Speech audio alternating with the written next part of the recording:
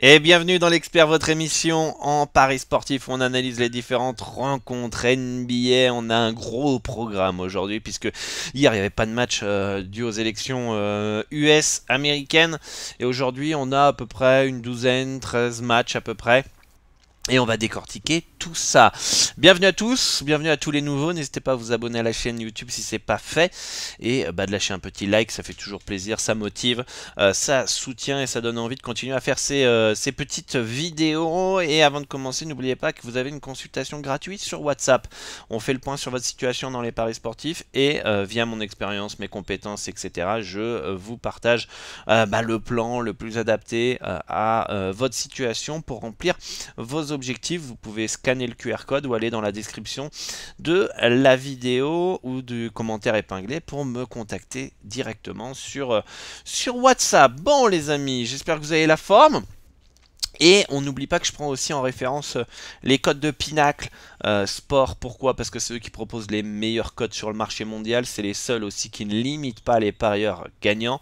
Et si vous voulez un compte, n'hésitez pas aussi de me contacter sur WhatsApp. Je vous enverrai le guide pour avoir un compte, même depuis la France, en toute sécurité. Je vous accompagne pas à pas. Donc n'hésitez pas à me contacter si vous voulez maximiser vos profits en pariant sur Pinacle. Ce soir, donc, on va commencer par quel match, les amis? Allez, go. On va aller prendre le petit plan ici. On va commencer par Charlotte face à Détroit.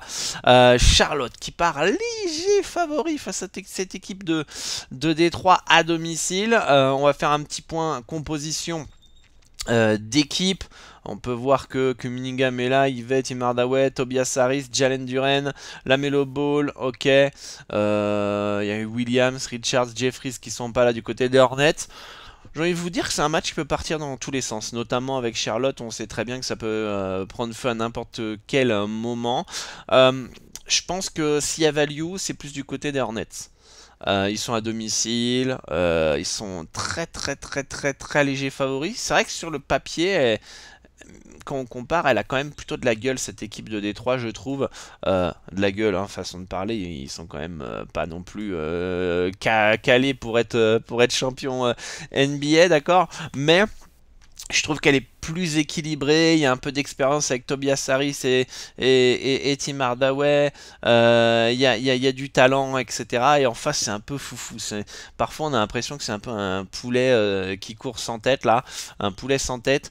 Mais je pense que la plupart du temps, à domicile, les Hornets devraient s'imposer. C'est pour ça que pour moi, on peut pas mettre les Hornets outsider chez eux. Donc on peut pas mettre plus haut cette cote de Charlotte. Vous me direz d'ailleurs ce que vous en pensez dans les commentaires. Hein. N'hésitez pas à ajouter des arguments dans mes analyses. Parce que je peux pas tout dire. On n'a pas toute la journée pour discuter des matchs. Et évidemment, j'essaye d'aller à l'essentiel. Donc si vous avez des choses à préciser, à rajouter, n'hésitez pas à le faire dans les commentaires. C'est fait pour ça.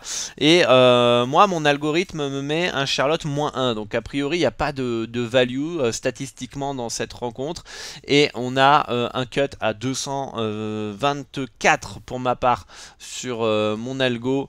Et on a un 223,5 ici à l'écran. Donc ça me paraît plutôt bien placé. Je dirais que la value, elle est plus du côté des Hornets, mine de rien. Mais a priori, pas de value selon les statistiques. Voilà.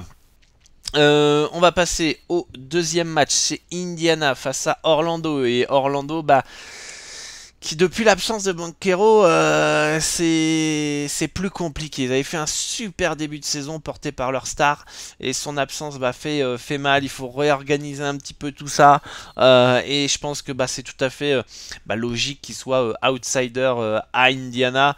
On peut voir que c'est un handicap de plus 5,5, moins 5,5. C'est-à-dire que les bookmakers estiment que Orlando va perdre entre 1 et 12 points d'écart. Je pense que c'est un écart qui me semble cohérent.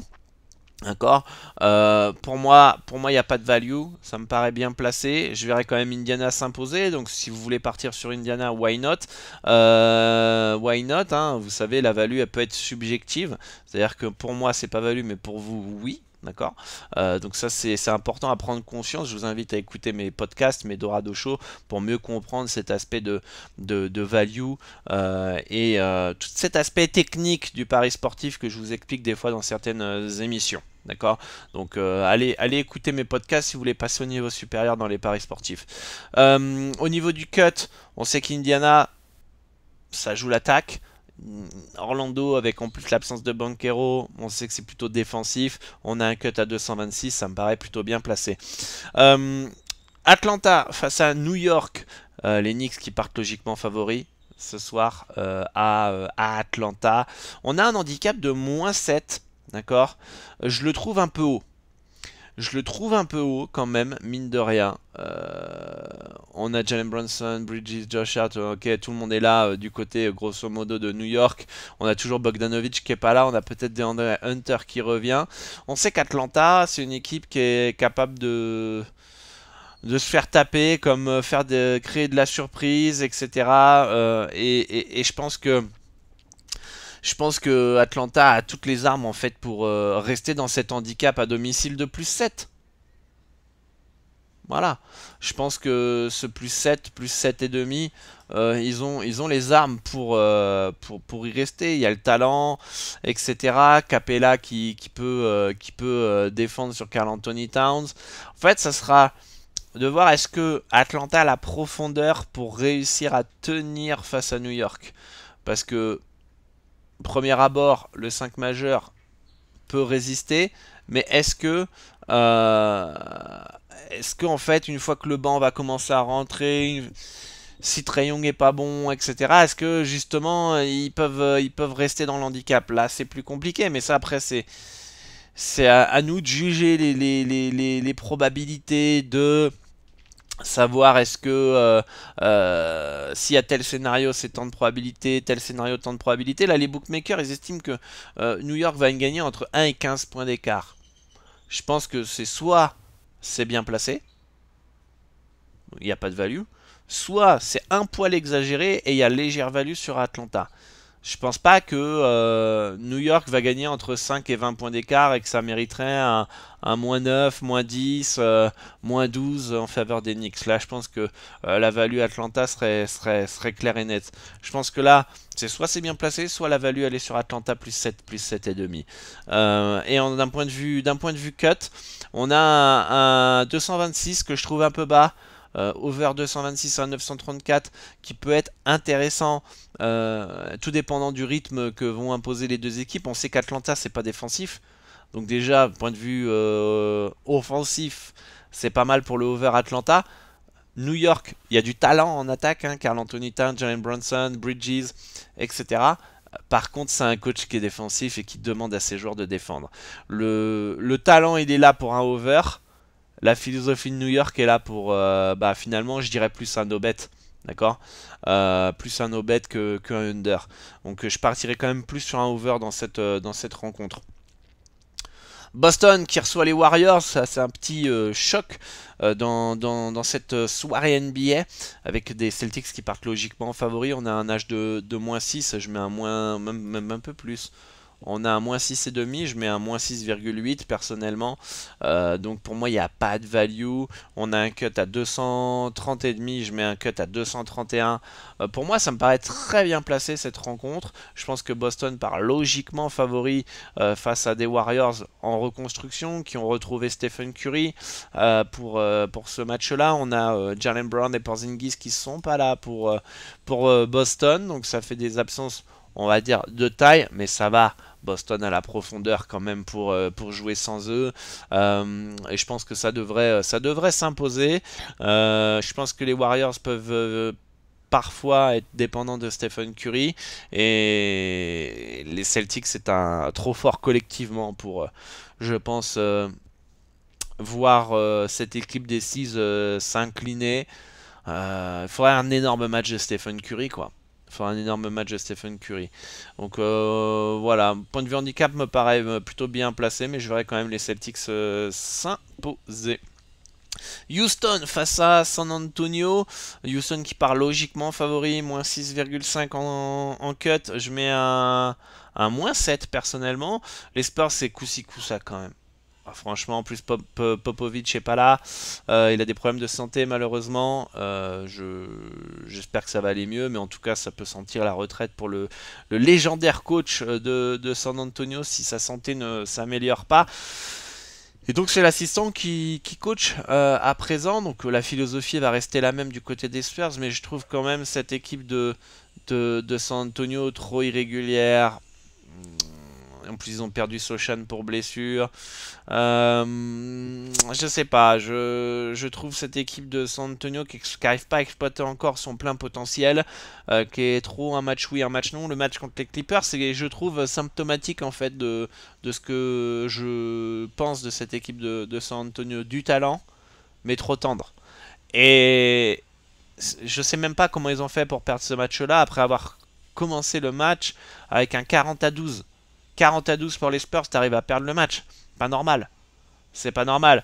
Donc c'est normal que bah, finalement il soit outsider à Houston. Houston qui fait plutôt un début de saison correct.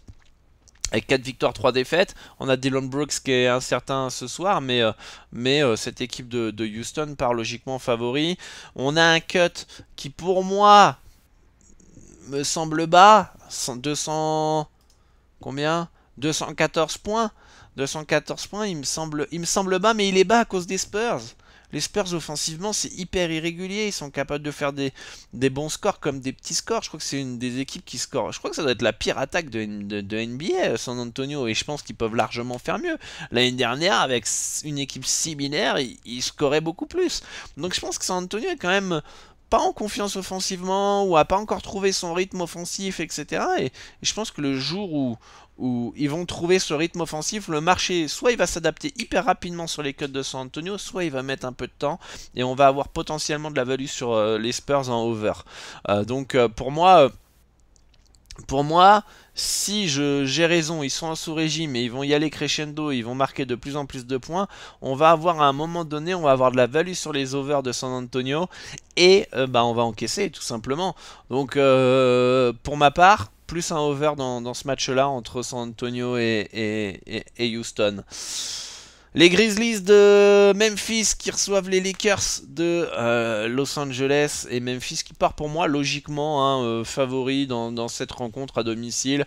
Porté par Ja Morant, une équipe qui joue dur face à des Lakers qui, on le sait, bon bah voilà, font du Lakers. C'est un peu mieux cette année. Mais on a Anthony Davis qui est incertain. Et on l'a vu depuis le début de saison. C'est Anthony Davis qui porte cette équipe des Lakers. Et tant qu'il n'est pas blessé, bah, ça va rouler. Et qu'il va être performant, ça va rouler correctement du côté des Lakers, parce que bon, LeBron James est très très fort, mais à un moment donné forcément il peut pas tout faire. Il a besoin d'un lieutenant qui était Anthony Davis, qui fait un début de saison tonitruant. S'il n'est pas là ce soir, ça va être compliqué pour Los Angeles. Même s'il est là ce soir, va falloir quand même se défaire des Jaren Jackson Jr., des Akide, Ja Morant. Alors heureusement on a beaucoup d'absence du côté de Memphis, mais en tout cas c'est pas un déplacement facile, d'accord. Pour moi il y a pareil dans le même optique que Charlotte Détroit. Je pense qu'on peut pas mettre plus haut la cote de Memphis, sinon c'est value, sinon c'est clairement value. Là pour moi soit c'est value Memphis, soit c'est F0, on perd pas d'argent à long terme sur ce type de bet. Mais je vois pas en fait en quoi où est la value sur Los Angeles à 2,09 à Memphis. Voir, mais alors le plus 1,5 à 2, alors qu'on sait qu'un plus 1 va pas vraiment te sécuriser de fou. Voilà, pour moi value potentiellement Memphis ou F0. Voilà, et en point de vue cut, c'est bien placé. Mais Cleveland Cavaliers qui se déplacent à New Orleans, meilleur début de saison de l'histoire de Cleveland avec 8 victoires, 0 défaites. Où ce soir ça se déplace chez les Pélicans, donc les Pélicans, franchement les Pélicans, je trouve ça catastrophique dans le jeu. Ils ont même pas été capables de battre cette équipe de Portland. Ils se sont joués 3 fois, les 3 fois ils se sont fait taper. Alors on pourra sortir les excuses, Dejounte Murray est pas là, Murphy est pas là, CJ McCollum il est pas là non plus, Zion Williamson est incertain. Ouais, sauf que Zion Williamson, il y a un des matchs, il a joué quand même, quoi. Donc cette équipe-là, portée par Ingram qui dort, Ah, je sais pas. Moi, tant qu'elle est pas au complet, cette équipe des Pélicans, elle m'inspirera aucunement confiance. Elle m'inspire zéro confiance dans le sens où, Zion Williamson, il est pas à 100%. Il peut se blesser à tout moment, ou il est limité en temps de jeu. Enfin bref, il est pas à 100%. Et que quand ton leader il est Brandon Ingram, ça y est, c'est bon, on est en 2024, on a vu que ton leader peut pas être Brandon Ingram, ça peut pas être ton franchise player, tu fais rien avec un joueur comme ça qui est irrégulier, qui est pas motivé, enfin on dirait que voilà, il est juste là pour prendre son chécos et c'est tout quoi. Voilà, donc pour moi, je serais très surpris de voir cette équipe se métamorphoser ce soir pour battre une équipe de Cleveland en confiance, lancé, deep, où tout le monde apporte son danger. Voilà. Personnellement, j'ai du mal à voir quand même les Pels, pardon, s'imposer. D'accord. Est-ce qu'à long terme, c'est le plus 8 peut être value ou non? Peut-être. Je prendrais, je prendrais quand même. Je sais pas, en fait là je pensais à deux choses en même temps. D'un autre côté, j'ai pas envie de partir sur Cleveland moins 7,5. Parce qu'à un moment, forcément, Cleveland va perdre. On est à l'extérieur, on est en NBA, tout le monde peut battre tout le monde. On a encore Zion qui est incertain ce soir. D'accord, Hawkins qui est incertain ce soir. Il suffit que les deux y jouent, que les Cavs sont un peu trop confiants ou un peu fatigués de leur début de saison. Et ça peut se faire surprendre. Ou du moins, ça gagne à l'arrache. D'accord. Et le plus 7,5 il couvre. Mais en tout cas, voilà, ce serait ce point-là qui me gênerait. Jamais fan de partir sur des haches comme ça à l'extérieur en NBA, d'accord. Après, voilà, très difficile de partir sur New Orleans au vu de ce que montre New Orleans et de ce que montre Cleveland. Enfin, sincèrement, c'est très chaud, quoi. En bref. Voilà pour mon avis pour ce match-là. Ensuite, on a Dallas face à Chicago. Les Mavs qui partent logiquement favoris. Et j'ai envie d'aller voir quand même si Zach LaVine va jouer ou pas. Zach LaVine est incertain. Est incertain. Ça va être une information à surveiller. Soit vous spéculez que Zach LaVine va jouer. Et dans ces cas-là, pour moi, le plus 10, plus 10,5, il est intéressant. Ok. Soit bah, vous attendez qu'il soit là ou pas là et après vous avisez en fonction de l'information. Mais moi je trouve que le plus 10, si Lavine il est là, il me semble abusé. Chicago a du talent, peut rester dans cet handicap de plus 10 sans aucun problème à Dallas. Certes, il y a Kyrie, Klay Thompson, Luka Doncic du côté des Mavericks, mais je trouve quand même exagéré cet handicap pour les Bulls. Ce serait potentiellement peut-être là une value correcte. Une value correcte, voilà, moi je mets un moins 6 pour Dallas, hein, que je pense pas exagéré, je pense correct. Le plus 10. Après, tout dépend de la Vine. C'est sûr que si là, la cotation, elle est en. Avec la Vine pas là, je suis plutôt ok. J'ai encore un peu exagéré, je pense pas qu'il vaut 4 points la Vine. D'accord. Mais s'il est là, si c'est une cotation avec la Vine, je trouve abusé. Voilà. Euh, Et d'un point de vue cut, bah on sait que Chicago ça bombarde, hein. On sait que ça bombarde, Dallas aussi. Je le trouve un peu haut, j'irais plus sur un under 237 à 1,90 là cette fois-ci. Surtout encore si la vague n'est pas là, quoi. C'est une munition offensive en moins. Donc voilà pour ce match-là. Denver face à OKC. Bah, OKC qui part logiquement favori, invaincu, Denver trop dépendant de son MVP Jokic. Est-ce que Jamal Murray va bien être là ce soir? Il n'est pas là, Aaron Gordon qui n'est pas là, donc voilà, quand on regarde le 5 majeur quand même de Denver, compliqué quand même, hein. Compliqué. Pourquoi pas Porter Junior pour des performances joueurs? En rebond, en points, avoir son cut, mais Michael Porter Jr. peut être intéressant. Et puis bah moi je verrais quand même OKC s'imposer. Après attention à pas non plus enterrer Denver. Je trouve que le moins 7 me semble un peu quand même exagéré pour un match à l'extérieur. 1,375 à l'extérieur aussi, ça me paraît pas foufou. Je préfère, c'est un peu comme Cleveland. Ok, de ce que ils ont montré les deux équipes, bah forcément, on va préférer partir sur du OKC et pas aller sur du Denver ou du New Orleans. Mais sauf qu'à un moment donné, est-ce que les books, est-ce que le marché ne surestime pas ou ces équipes d'OKC et Cleveland, imaginons qu'ils avaient ils avaient eu 2 défaites dans leur bilan là. Est-ce qu'ils auraient eu ça aurait rien changé, les deux équipes auraient été très très fortes. Mais est-ce qu'on aurait eu des cotes à 1,375?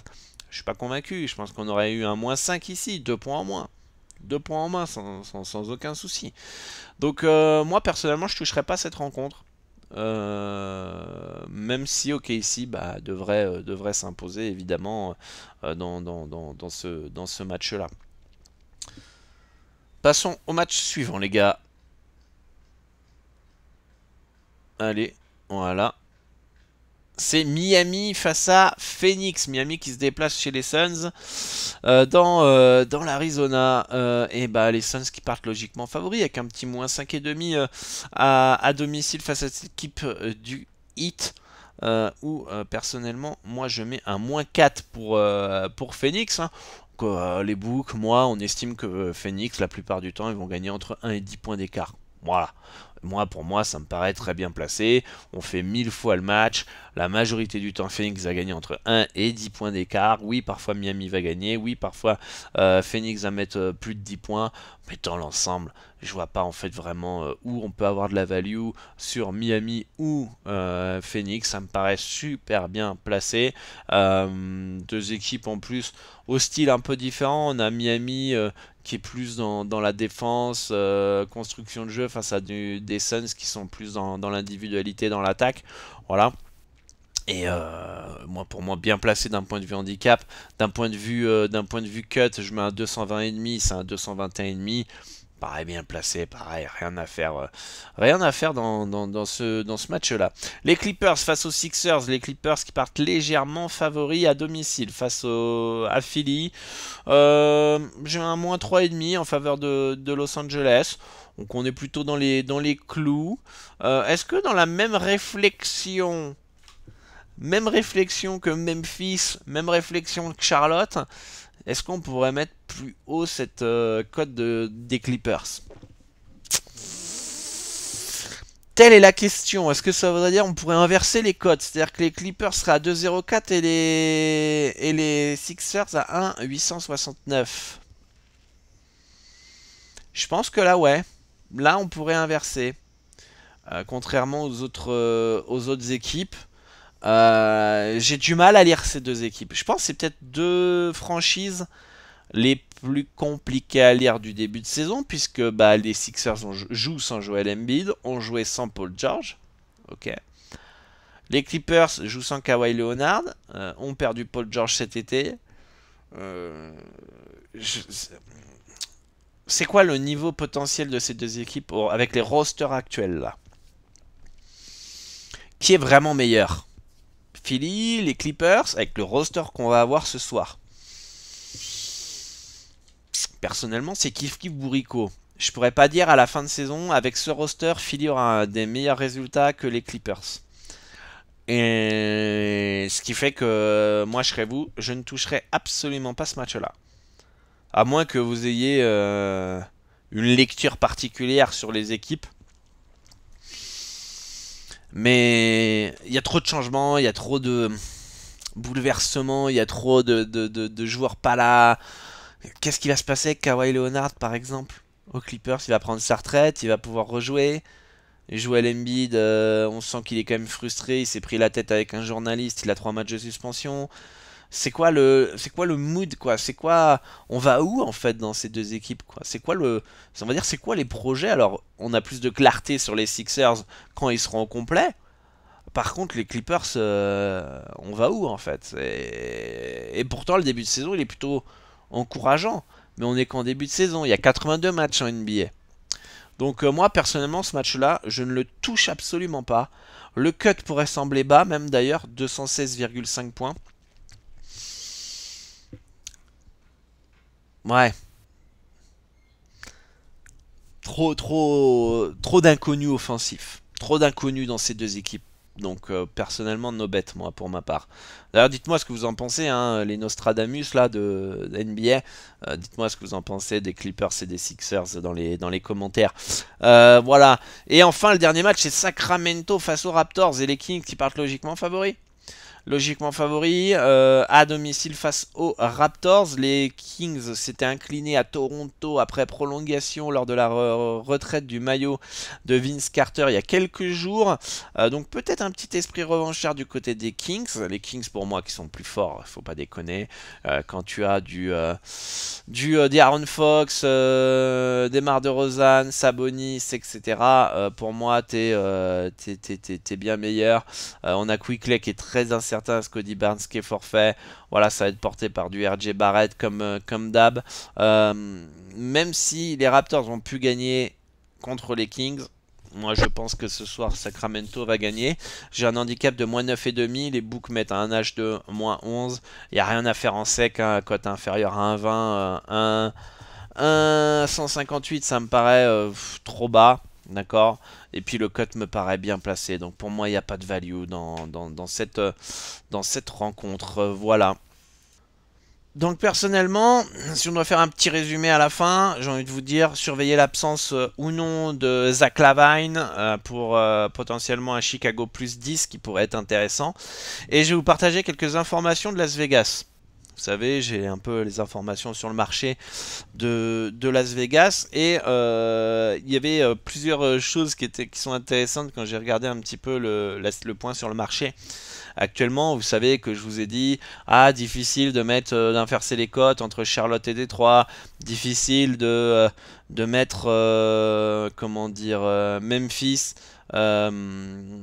inversé avec les Lakers. C'était par contre, on pouvait mettre les Sixers, on pourrait inverser les Sixers favoris chez les Clippers et inverser les cotes. Et bah Vegas est plutôt d'accord avec ça parce que 63% des tickets, 78% des mises à l'heure actuelle, ça peut bouger, sont sur Charlotte moins 1,5 à 1,961. D'accord. 67% des tickets, 83% des mises sont sur Memphis moins 1,5 à 1,909. D'accord. Et à l'heure actuelle, 94% des tickets, 76% des mises sont sur les Sixers. Donc le marché à Las Vegas a l'air d'être plutôt ok avec, on va dire, ma vision du moins. Voilà. Ça c'est pour les points, le point sur le marché. Et on a aussi, on va dire, celui que je préfère potentiellement des informations Vegas. On va espérer que cette fois-ci ça soit le cas, puisque la dernière fois j'avais proposé aussi Atlanta plus 7, plus 7,5, ils ont perdu de 8. Mais il y a 70% des tickets, 62% des mises qui sont sur Atlanta plus 7,5 ce soir à Las Vegas à l'heure actuelle à 9h30 ici au Mexique du matin. Il doit être 8h30 à Las Vegas à peu près du matin, donc on est en début de journée, les matchs sont dans longtemps. Évidemment, je fais toujours un point autour de 20h heure française, donc vers midi 1h sur les informations de Las Vegas que je partage sur le club privé, la Dorado Elite Club. Donc là, on aura déjà un bon aperçu du marché à cette heure-là. Voilà, et je vous le partagerai pour tous ceux qui font partie de la Dorado Elite Club, que ce soit la formule Master ou la formule Pro. Voilà, si vous voulez votre consultation gratuite sur WhatsApp, les amis, n'hésitez pas à me contacter. On fait le point ensemble. Pareil, si vous voulez un compte sur Pinacle si vous êtes intéressé pour rejoindre mes services, ma formation, n'hésitez pas. Et pour tous ceux qui me contactent, vous avez un petit cadeau, vous avez la Dorado Betting Liberty, une formation gratuite que vous recevez en me contactant. D'accord, pour construire votre liberté financière. Voilà, à très très bientôt les amis. Bonne chance pour vos pronostics. Dites-moi dans les commentaires ce que vous allez jouer. Et je vous dis à très bientôt pour une nouvelle émission. L'expert. Ciao ciao.